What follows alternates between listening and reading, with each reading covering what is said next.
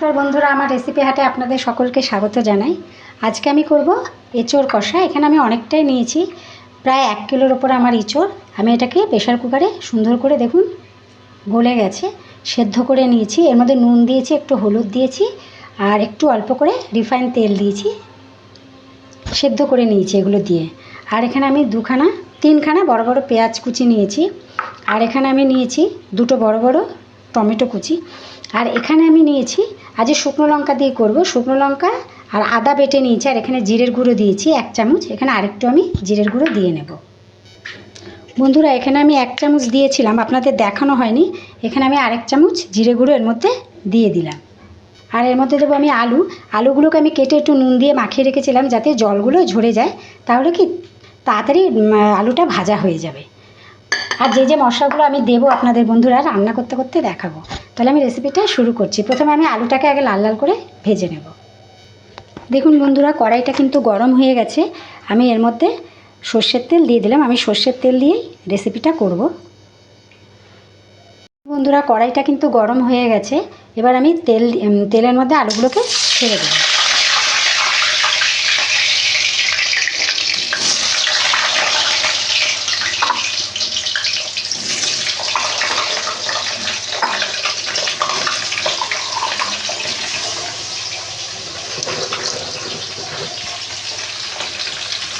এবার আলুগুলোকে আমি নেড়ে নেব। এবার লাল লাল করে আমি ভেজে তারপরে আলুগুলোকে তুলব। আর এর মধ্যে বন্ধুরা আমি নুন দেবো না, যেহেতু নুনটা মাখানো ছিল আলুর মধ্যে, ওই জন্য আমি আর নুন দেবো না। আলুগুলোকে লাল লাল করে ভেজে নেব। দেখুন বন্ধুরা, আলুগুলো লাল লাল করে ভাজা হয়ে গেছে। এবার এগুলোকে আমি তুলে নেব। দেখুন বন্ধুরা, কড়াইটা গরম হয়ে গেছে। আলুগুলোকে ভেজে তুলে নিয়েছি। এর মধ্যে আমি একটুখানি জিরা ফোড়ন দেবো। আপনারা এর মধ্যে তেজপাতাও দিতে পারেন, কিন্তু আমি তেজপাতাটা ইউজ করি না, ওই জন্য দিইনি। জিরেটা ভাজা হয়ে গেছে। এবার এর মধ্যে আমি আস্তে করে পেঁয়াজ কুচিগুলো দিয়ে দিলাম। আমি এখন এর মধ্যে খুব বেশি নুন দেব না, অল্প করে একটু নুন দিয়ে দিলাম, পরে পরিমাণ মতো আবার দেব। এবার আমি পেঁয়াজগুলোকে লাল লাল করে ভেজে নেব। দেখুন বন্ধুরা, পেঁয়াজগুলো কিন্তু একদম ব্রাউন হয়ে গেছে। এবার আমি এর মধ্যে টমেটোগুলো ঢেলে দেব।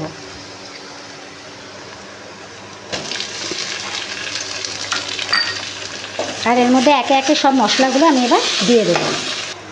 আমি যে মশলাটা নিয়েছিলাম, জিরে গুঁড়ো আর লঙ্কা আদা গুঁড়ো নিয়েছিলাম, তার মধ্যে আমি জল দিলাম না, একটু লিকার চার যে জলটা, সেটা দিয়ে আমি একটুখানি এটা মাখিয়ে সেই জলটা আমি এই মশলাটা আমি কড়াইয়ের মধ্যে দিয়ে দেব। লিকার চাটা দিলে কি হবে, কালারটা কিন্তু খুব সুন্দর আসবে। যেহেতু আমি এখানে কাশ্মীরি মির্চটা কালারের জন্য ইউজ করব না, ওই জন্য আমি ওই জলটা দিয়ে মশলাটা ভালো করে মেখে দিলাম। পরেও জলটা আমি দেব কষানোর সময়, লিকার জলটা। বন্ধুরা, এর মধ্যে এবার আমি দিয়ে দেব রসুন বাটা দিয়ে দিলাম, আর একটু দিচ্ছি 1.5 চামচের মতন মোটামুটি আমি দিলাম রসুন বাটাটা।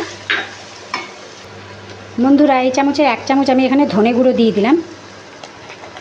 ধনে গুঁড়োটা আমি সব রান্নাতে মোটামুটি ইউজ করি, ধনে গুঁড়োটা দেওয়াটা খুবই ভালো। আর এখানে আমি দেবো ছোটো চামচের 1 চামচের গোলমরিচের গুঁড়ো। এবার আমি এর মধ্যে পরিমাণ মতন নুন দেবো, যখন বেশি খুব একটা দিইনি, এবার দিয়ে দিলাম। যদি লাগে পরে আমি দেখে সেটা দিয়ে নেব আবার। এবার ভালো করে মশলাটা আমি কষিয়ে নেব। আর এর মধ্যে আমি এমনি প্লেন জল দেব না, যে লিকার জলটা আমি রেখেছিলাম চায়ের কালারের জন্য, ওটাও দিয়ে দেব। এটা পুরোটাই আমি দিলাম। এটা দিয়ে আমি আস্তে আস্তে মশলাটা কষিয়ে নেব। আর এর মধ্যে আমি দেব হলুদ। এখানে একটু হলুদ দিতে হবে, যেহেতু অনেকটাই এখানে, তাই 2 চামচ ভর্তি ভর্তি আমি হলুদ দিয়ে নিলাম। দিয়ে এবার এটা ভালো করে নেড়ে নিচ্ছি এবং এটা ভালো করে কষিয়ে নেব।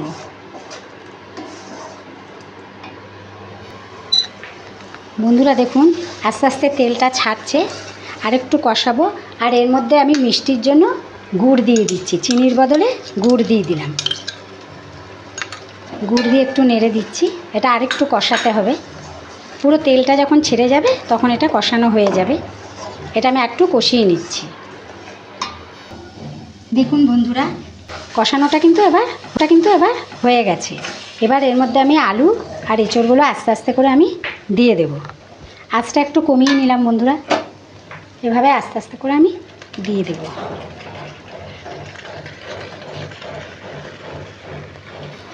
এবার আস্তে করে এগুলোকে মাখিয়ে নেব। সাথে আলুটাও আমি দিয়ে দেবো। আঁচটা আস্তে করে নিয়েছি।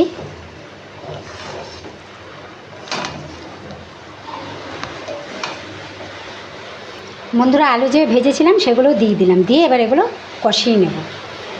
বন্ধুরা, আলুগুলো দিয়ে দিয়েছি। এবার এই দুটো একসাথে আস্তে আস্তে করে আঁচটা কিন্তু কমিয়ে নিয়েছি, নালে নিচে লেগে যাবে। এবার এগুলোকে কষিয়ে নেব।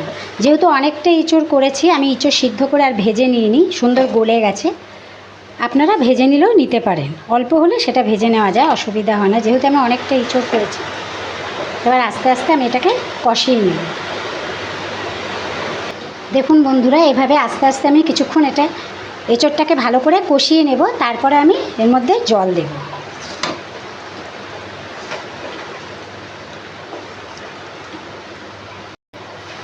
দেখুন বন্ধুরা, আমার কিন্তু এঁচড়টা কষানো হয়ে গেছে। এবার এর মধ্যে আমি জল দিয়ে দেব।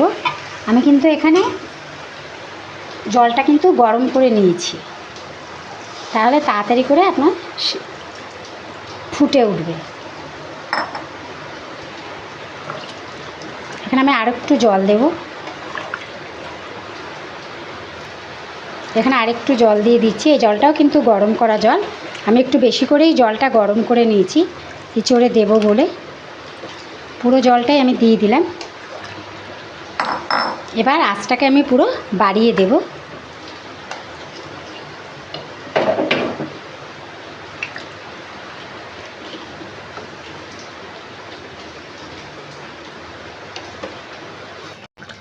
দেখুন বন্ধুরা, আমার কিন্তু এঁচড়টা রেডি হয়ে গেছে। খুব বেশি আমি ঝোল রাখিনি, গা মাখা করেই করেছি। এবার এর মধ্যে আমি গরম মশলা আর ঘি দিয়ে দেব। দেখুন বন্ধুরা, এর মধ্যে আমি বড় চামচের 1 চামচ ঘি দিয়ে দিলাম, আর আঁচটা আমি কমিয়ে দিয়েছি। আর আমি দিয়ে দেবো এর মধ্যে ছোট চামচের 1 চামচ গরম মশলা, শাহি গরম মশলাটা দিলাম আমি এখানে। আরেকটু দিয়ে দিলাম, যেহেতু অনেকটা।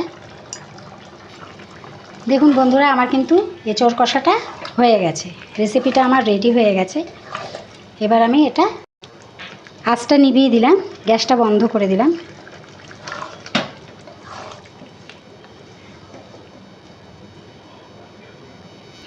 দেখুন বন্ধুরা, আমার এঁচড় কষা রেসিপিটা কিন্তু রেডি হয়ে গেছে। দেখুন, আমি তো কালার লঙ্কাটা দিইনি, তার সত্ত্বেও কিন্তু কালারটা খুব সুন্দর এসছে। আপনারা অবশ্যই আমাকে কমেন্ট করে জানাবেন যে এঁচড় কষার রেসিপিটা আপনাদের কেমন লাগলো। আর অবশ্যই আমার চ্যানেলটাকে লাইক, শেয়ার এবং সাবস্ক্রাইব করবেন। সবসময় আমার পাশে থাকবেন বন্ধুরা।